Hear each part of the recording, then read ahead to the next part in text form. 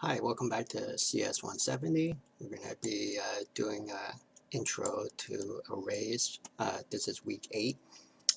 So I'm going to do this in 2 different videos. So I'm going to kick it off here with JavaScript arrays, basic introduction. Then we're going to continue on with part 2 of this video.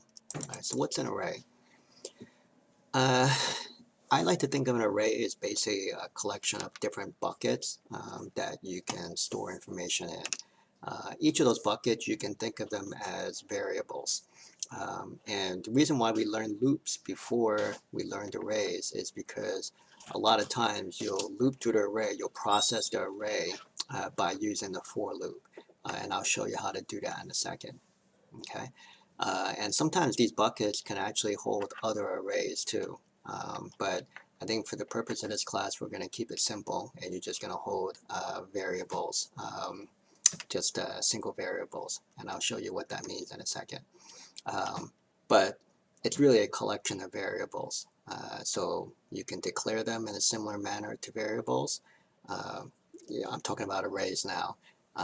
And you can assign values to them, and you can read from them just like you do with other variables, and you can manipulate them.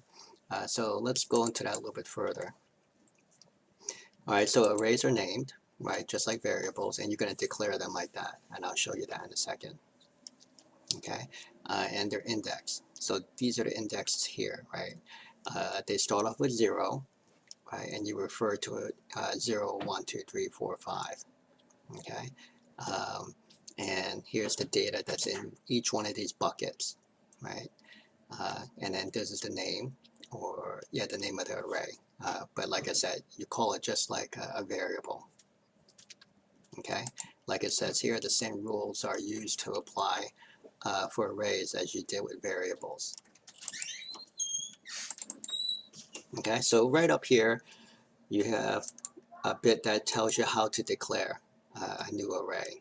So notice this part, it would be just like you declared a variable, right? But the only new bit here is you see this new, and then you see this array, and then this part here, 6, is how big you want the array. So how many buckets do you want? So from 0 to 5, that's 6 buckets. Okay, so this is similar when you were doing the numbers, the binaries. So if you say, well, how many characters to 8 bits, you have to start with the 0 also. Okay, so don't forget this. So a lot of times people make a little mistake here where they say, oh, there's 6 elements in the array, so you go 1, 2, 3, 4, 5, 6, but actually that's a mistake because it starts with 0. So if you were ever to say hours worked, and in brackets you say 6, you're actually going to get an error on that because you're referencing a bucket that doesn't exist. Okay, so this is what this is saying: 6 index elements, buckets. Okay, and you're starting off with 0, right? So this is important that you remember that. Okay, and okay, yeah. So note the capital A here. So remember, JavaScript is case sensitive, so don't forget this. Otherwise, you're going to get an error. Okay, so this is the name, right here. Index, which is what you get from creating a new array. And then here's the values that were stuck into each one of these. Okay, so let's go down a little bit further. Okay, so this is how you refer to it, right? So you have hours worked, right? Here's your brackets, right? And then within that is 3, right? And then so 0, 1, 2, 3. This is the index here, and then this is the value that's in here. Okay, so as I mentioned before, you're going to treat this like a variable. So to assign it, you would have the hours worked as 3, and then equals to 5, right? And then that would put a 5 in here. Okay, and then to read it would be the same thing as if you're reading a variable. Okay, and I'm going to do a quick demo of that in a second. All right, the other thing that's useful here is the length of the array. Okay, so this returns the size of it. Okay, and I can incorporate this into my for loop also, which I'll show you in a second. Okay, so it returns the length. So remember, it's going to return a length of 6. but then when you're going to access these buckets, it's actually the length minus 1, right? So that's what this is saying here. The last element has an index, length of array minus 1, because the first one is starting with 0. So try to remember that. And so here's exactly what we were saying before, right? So it starts with 0. This is weekdays, 0 through 6. And we're putting strings in here. So it's Monday through Sunday. And, you know, this is an assignment, right? So if this was without these brackets here, you just say this is a variable, right? So some arbitrary variable that can store a string, you would put like Monday against it. It just happens we're storing this as an array. Okay, so let me stop this here because there's a whole bunch of other examples here. I'm going to leave that for the next lecture, but instead I'm going to go to js.do and I set up something here. And so here's the new array, 6, and I set hours worked, right? I set it to 0.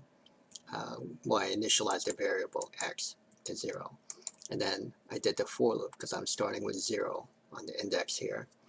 And then I'm going to test with a condition less than 6, and I'm going to keep on incrementing x.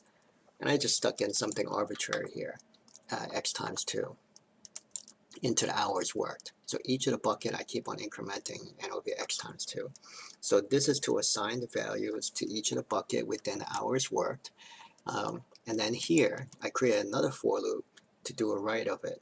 So I'm going to write out each of the elements here. And that's just basically the same thing. 0, less than 6, x plus 1. So let's see what that looks like. And you get 0, 2, 4, 6, 8, 10, right? Which is what you expect based on this here. Okay, so x times 2, that means you're going to get these 0, 2, 4, 6, 8, 10, right? Because it's 0, 1, 2, 3, 4, 5 times 2. Okay, so hopefully that's clear. Like I mentioned before, there was the length here. So let's do this. Hours worked dot length, and make sure it's a minus 1.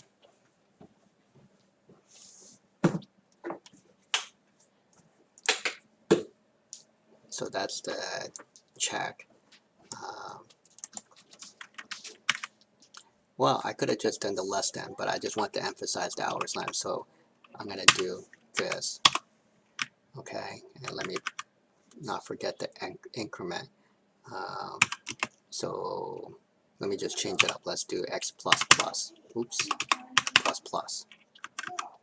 Right, and let's just carry this down over to here also.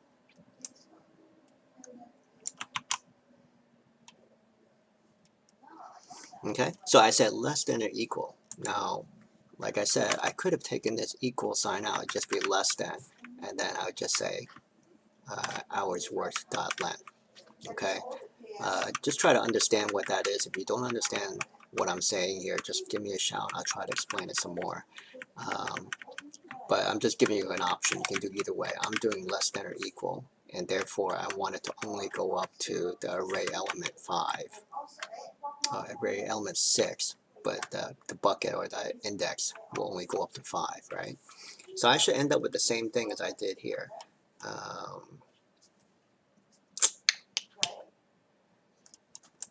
Let's just change this just so that people can see I'm doing something different here. And there you go. All right, so everything is the same. It works the same, but I incorporate this hours dot length. Right, so the nice thing about this is, what happens if I change the size of the array here? Then I don't have to change any of this. It all still works. Okay, so this gives me some flexibility to extend the range of the array without changing all of this other code here. The fact that this is flexible to understand the length of the array, the for loop keeps on going, everything all works. I just have to change this. Okay, So this is a quick and short video. Try to understand these parts here, right? What does an index mean? How the data gets stored into these buckets. The naming convention should be like any other variable that you know in JavaScript. What I just did to use a for loop to populate the array and to read from the array. Make sure you try to understand that. What else should you understand? Yeah, how this is important, right? How to declare array. This is not the only way to declare an array, but this is the first one that you'll learn. I'll show you another way in the next video. Okay, this is important that it starts with a 0. Let's see here, what else is important here? Yeah, all this stuff is just like if you're doing a variable. And to find the length of the array, this is probably used quite often, so you want to remember this, right? So it's dot length to get the name, the length of the array. All right, so till next time, we'll have another video to go through more of the arrays. Thank you.